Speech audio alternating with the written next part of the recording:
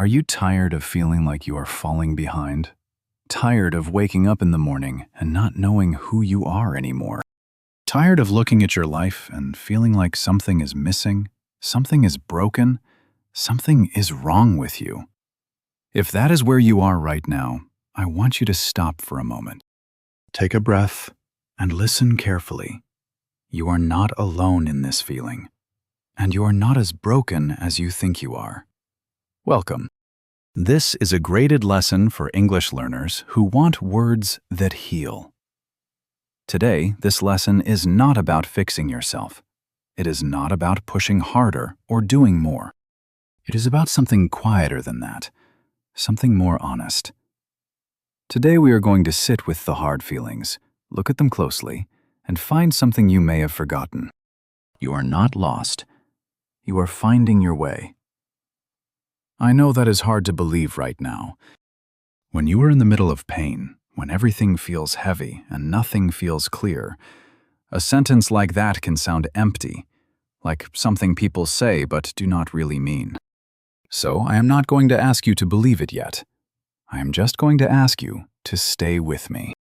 By the end of this lesson, you will see that what you are going through is not a sign that something is permanently wrong with you. It is a sign that you are human. It is a sign that you care deeply about your life. And it is a sign, maybe the most important one, that you are ready for something new. You will leave with a different way of seeing yourself, a different way of talking to yourself, and maybe, just maybe, the courage to take one small step forward.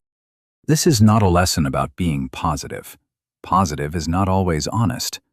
This is a lesson about being real, about facing the hard days without pretending they are easy, about learning to be kind to yourself when kindness feels impossible. Because here is what most people do not tell you.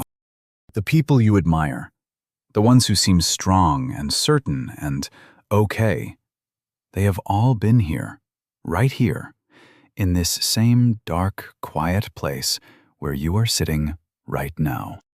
They did not leave because they stopped feeling the pain. They left because they learned what to do with it. And so can you. If this is already speaking to something inside you, subscribe right now. There is more coming. There are lessons in this channel that were made for exactly the moment you are in. Now let us begin. Lesson 1. The pain is real. Do not pretend it is not. We live in a world that rewards people who seem okay. Smile at work. Post the good moments online.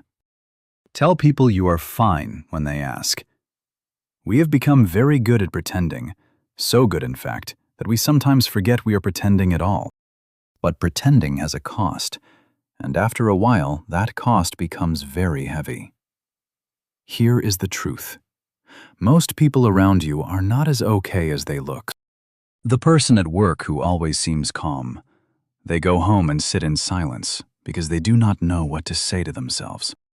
The friend who posts beautiful photos online, they sometimes cry at night and are not sure why. The family member who never complains, they carry things they have never told anyone. Nobody has it all figured out. They just learned to keep moving.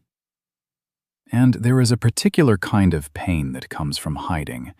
Not just the original pain of whatever happens to you, but the extra pain of having to cover it up, of smiling when you want to cry, of saying, "I'm fine," when you are anything but, of feeling like you have to manage how you appear to the world while you are quietly falling apart on the inside. There was a woman, I will call her Clara. She spent 3 years telling everyone around her that she was doing great. New job, new apartment, new routines. On the outside, everything looked good. On the inside, she felt completely empty. She did not understand why. She had everything she thought she wanted, but she woke up most mornings with a heaviness in her chest that she could not explain. One day, a close friend asked her how she was really doing, not the polite version, really doing. Clara opened her mouth to say, "I'm fine," and instead she started to cry. She cried for a long time, and when she was done, something had shifted.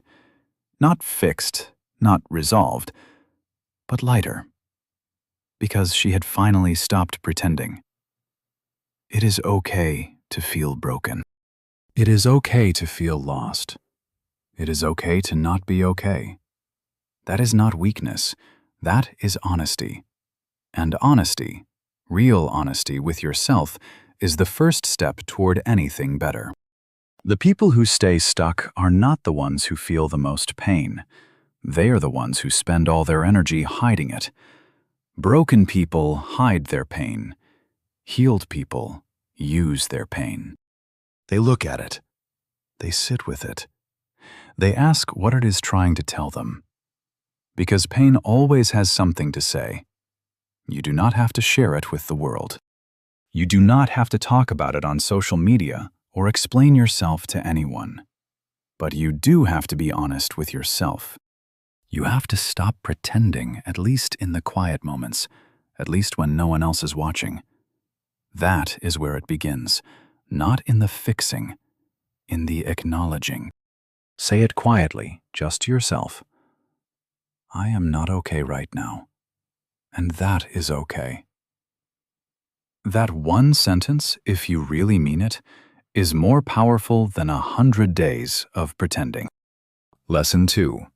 You are not alone in this. I know it feels that way. When you are in pain, real pain, there is a particular kind of loneliness that comes with it. You look around, and everyone else seems to be moving forward, getting promotions, getting married, building things, growing. And you feel like you are the only one standing still. The only one who cannot figure it out. The only one who is broken. That feeling is one of the biggest lies pain tells you. Now think about this. Oprah Winfrey grew up in deep poverty. She was abused as a child. She was told early in her career that she was not fit for television. She was fired from one of her first jobs as a news anchor. The woman who would go on to build one of the most powerful media empires in the world was told she was not good enough. She sat in that pain. She lived inside that uncertainty. And she kept going. J.K. Rowling was a single mother living on government support, struggling with depression so heavy she described it as a dementor, something that drains all the light from the world. She wrote Harry Potter in coffee shops while her daughter slept beside her. 12 publishers rejected her book. 12. She felt broken. She felt lost. She felt like giving up. And then the 13th publisher said yes. Oprah felt it. J.K. Rowling felt it. The strongest people you know felt it. This is not a coincidence. This is not something that happens to weak people or unlucky people. Feeling lost, feeling broken, feeling like you cannot find your footing. This is part of being human. And more than that, researchers who study trauma and recovery have found something remarkable.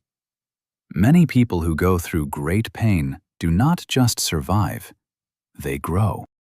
They become more compassionate, more clear about what matters, more capable of depth and connection than they were before. It is called post-traumatic growth. And it happens not in spite of the pain, but because of it. You are not falling apart. You are falling into who you are meant to be. That does not mean the pain is pleasant. It does not mean you should pretend it is not hard. It just means that what you are going through right now is not the end of your story. It is part of how your story gets deeper. Think about the people you respect most in your life, the ones whose strength feels real to you, not performed, not polished, but genuinely solid. Almost all of them have a version of this story. A time when everything fell apart, a chapter they rarely talk about, a season in the dark before the light came back. You are in that chapter right now. And that means you are in exactly the right place. The loneliness of pain is real, but the truth underneath it is this. Millions of people right now, at this exact moment, are sitting in a similar quiet, carrying a similar weight, wondering the same thing you are wondering. Am I going to be okay? Yes, you are going to be okay.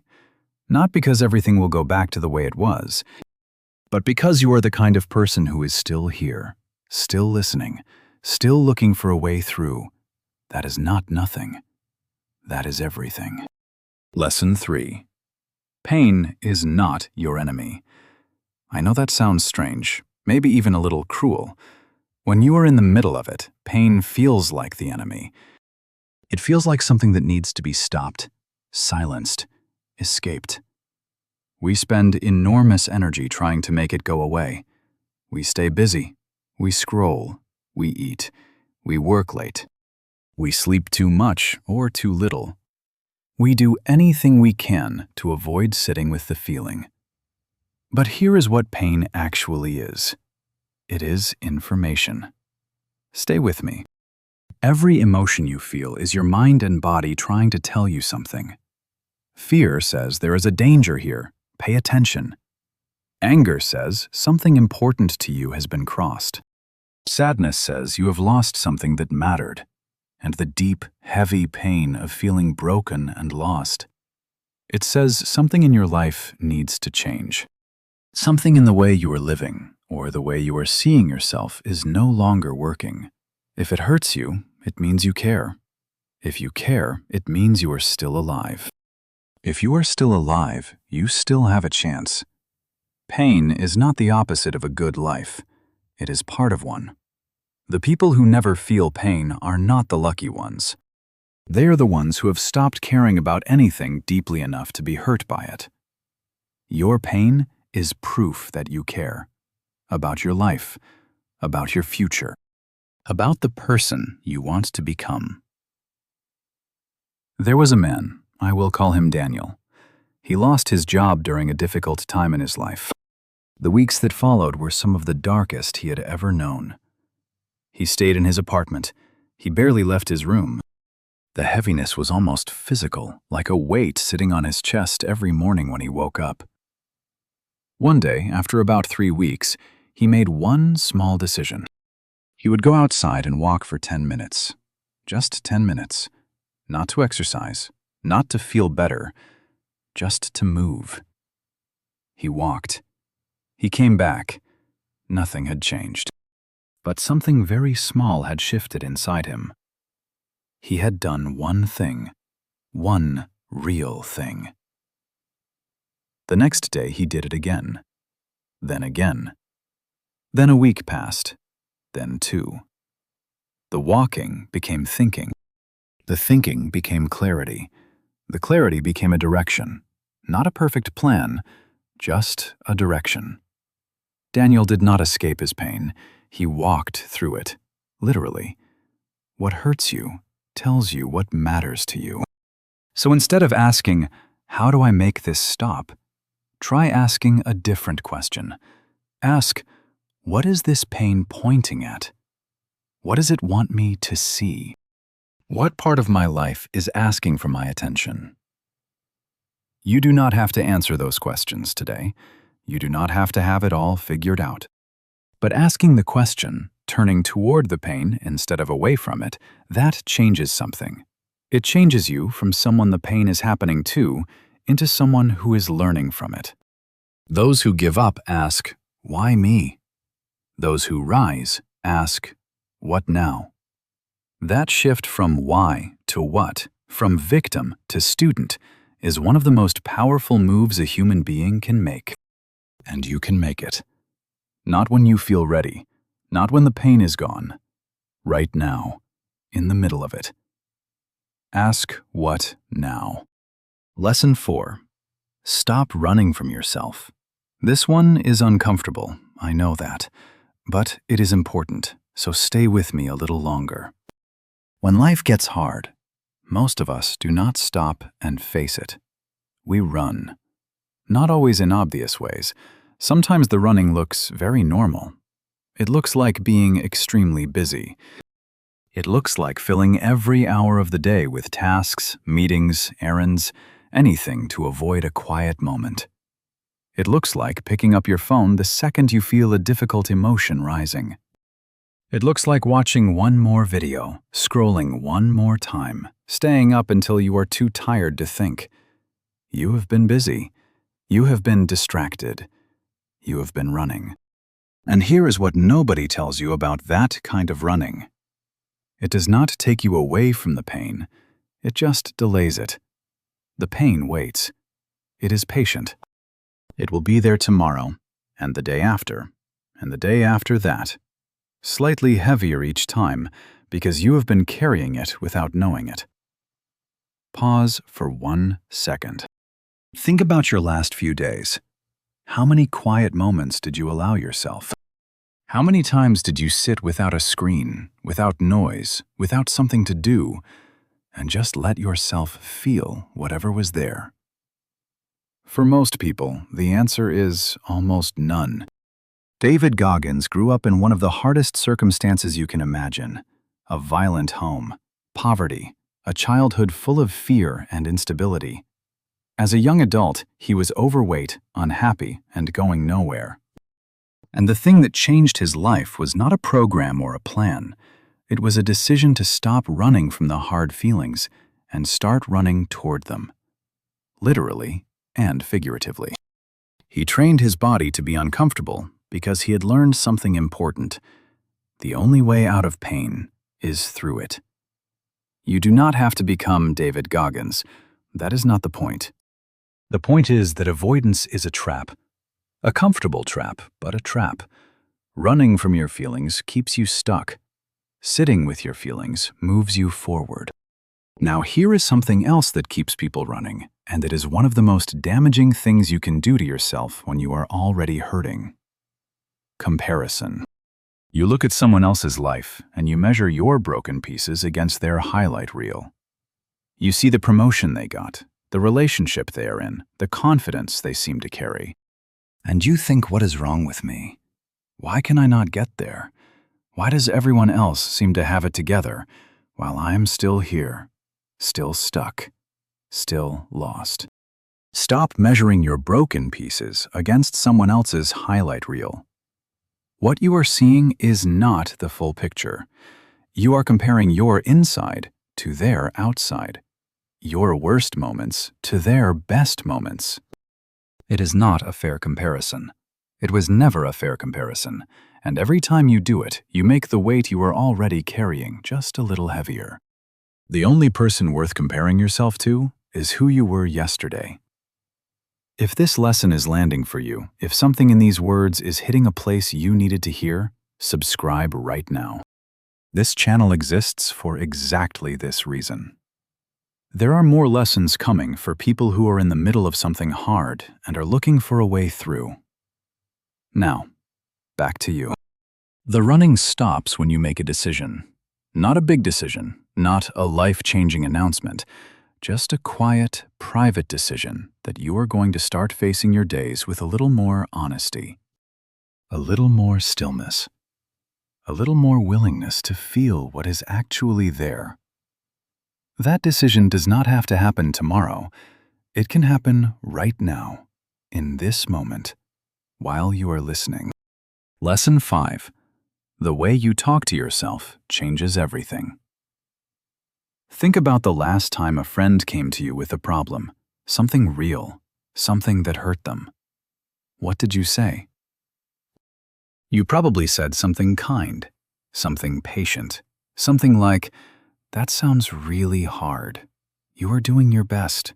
It is okay to struggle. You are going to get through this." Now think about the last time you were struggling. What did you say to yourself? For most people, it sounds nothing like that. It sounds like, "What is wrong with me? Why can I not get it together?" Everyone else manages their life. "I am so weak. I am so behind. I am such a mess." Hear me on this. You would never say those things to a friend. You would never say them to a child. So why do you say them to yourself? Viktor Frankl was an Austrian psychiatrist who survived the Nazi concentration camps during the Second World War. He lost almost everything: his family, his freedom, his manuscripts. In the camps, he had nothing left except one thing: the ability to choose how he responded to his situation. He could not control what happened to him, but he could control the story he told himself about it. He wrote later that even in the worst conditions a human being can face, the last of human freedoms is the freedom to choose your attitude. Frankl did not tell himself he was broken beyond repair. He told himself his suffering had meaning, and that story, that internal voice, kept him alive. You may not be in a concentration camp, but the principle is the same. The voice inside your head is not just background noise. It is shaping your reality, one sentence at a time. Researchers who study self-compassion have found something important. The way you speak to yourself during hard times directly affects your ability to recover. Not just emotionally, but physically. Your brain responds to your internal voice as if it were real. When you tell yourself you are worthless, your nervous system believes it. When you tell yourself you are struggling but still trying, your nervous system responds differently. It relaxes, it opens, it becomes capable of more. Your brain can change. It is not fixed. It is not finished. The patterns of thought you have built up over years can be rebuilt. Not overnight, but they can be rebuilt. A weak moment says, "I will never be okay." A strong moment says, "I am not okay yet." That one word, yet. It is one of the smallest words in the English language, and one of the most powerful. "I am not okay yet" means the story is still going. It means this is not the final chapter. It means there is still something ahead. So start there. Not with a big change, not with a new routine or a new plan. Start with one sentence. The next time you hear that harsh voice in your head, the one that sounds like your worst critic, pause and try to answer it the way you would answer a friend. "I am struggling right now, and that is okay. I am doing my best, and my best is enough for today." It will feel strange at first, maybe even dishonest. You will not believe it right away. That is fine. You do not have to believe it to say it. You just have to say it. Because the way you talk to yourself matters more than any advice anyone gives you, including this. Lesson 6. Rest is not giving up. This might be the lesson you need most right now, and it might be the one you have the hardest time accepting. Because somewhere along the way, most of us learned a lie. The lie sounds like this: if you are not pushing, you are falling behind. If you are not productive, you are lazy. If you need to stop, it means you are not strong enough. If you are resting, you are wasting time. That lie is exhausting, and it is wrong. Let me make this simple. Your body and your mind are not machines. They are living things, and living things need rest in order to grow. A muscle that never rests does not get stronger, it tears. A mind that never rests does not get clearer, it breaks down. Rest is not a reward you earn after you are okay again. Rest is part of how you get okay. Think about a tree in winter. From the outside, it looks like nothing is happening. The leaves are gone, the branches are bare. It seems dead, or at least asleep. But underneath, in the roots, something is happening. The tree is gathering strength. It is preparing. When spring comes, it will grow again, sometimes more powerfully than the year before. You are allowed to be in winter right now. You are allowed to do less, to cancel plans when you genuinely need to spend an evening doing nothing and call it recovery instead of laziness, to sleep when your body asks for it, to sit quietly without a screen and let your mind rest in the silence. None of that is quitting. None of that is weakness. All of it is necessary. Resting is not quitting. Resting is how you come back stronger. And here is the other part of this. When you are broken and lost, You do not need to take massive action. You do not need to overhaul your entire life this week. You do not need a new plan and a new routine and a new version of yourself by Monday.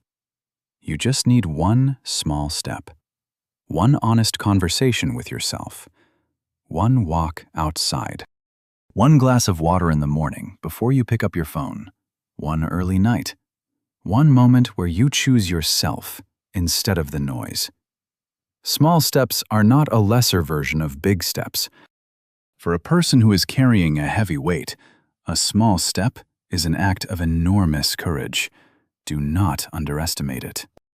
The people who recover from the hardest seasons of their lives are almost never the ones who forced their way through in one dramatic push. They are the ones who were patient with themselves, who rested when they needed to, who took one small step, and then another, until one day they looked back and realized how far they had come. You do not have to rebuild everything today. Just take one step. That is enough. That is more than enough. And tonight, if all you do is rest, if all you do is let yourself be still and breathe and exist without demands, that counts. That is not nothing. That is you taking care of the one person who can carry you through this, yourself. Lesson 7. You have survived every hard day before this one. Read that again. Hear that again. Every single hard day you have ever had. Every moment you were sure you could not get through. Every night that felt too long. Every morning that felt impossible.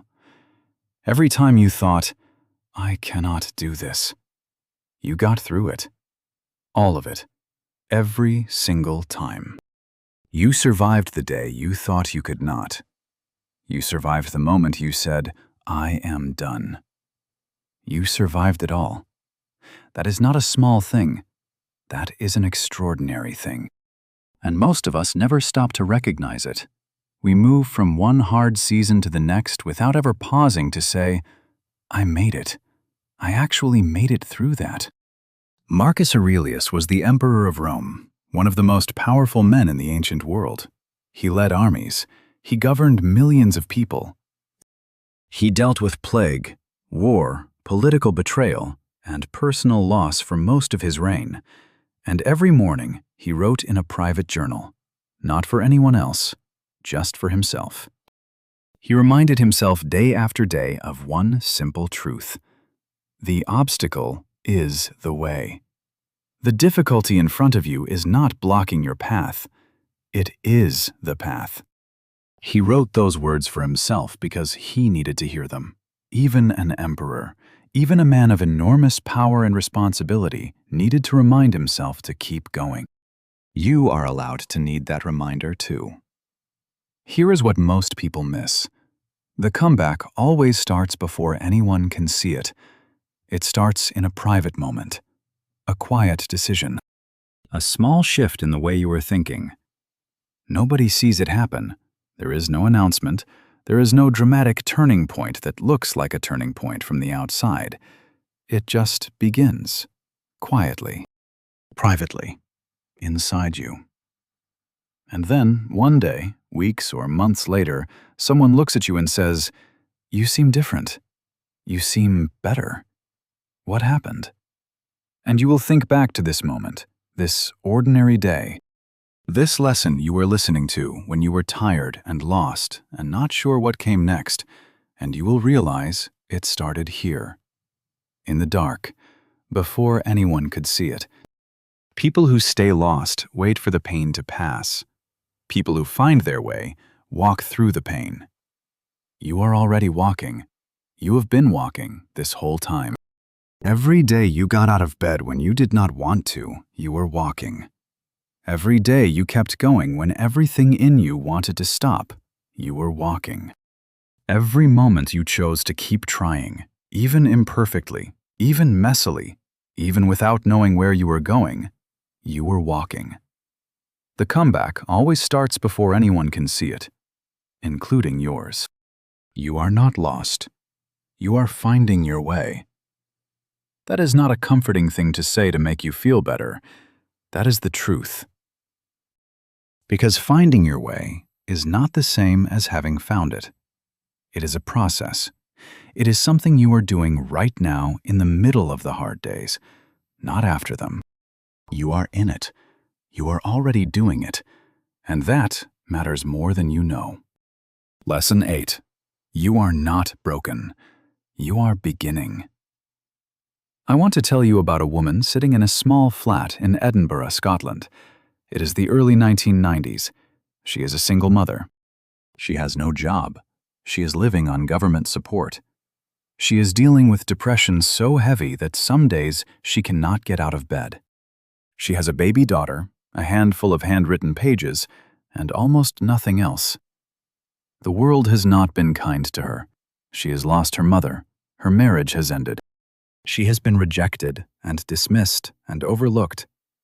By any outside measure, she looks like someone whose story is not going anywhere good. And in that flat, in that darkness, she keeps writing. Not because she is certain it will work, not because she has a plan or a publisher or any reason to believe things will change. She writes because it is the one thing she has left that feels like herself, the one act that connects her to something bigger than the pain she is carrying. Her name is J.K. Rowling. And the pages she is writing will become one of the most beloved stories in human history. Here is what most people miss about her story. The turning point did not come when the book was published. It did not come when the first movie was made, or when her name became famous across the world. The turning point came in that quiet flat, in the dark. When she chose to keep going, not because she could see the outcome, but because she refused to let the pain be the last word. This is not the end of your story.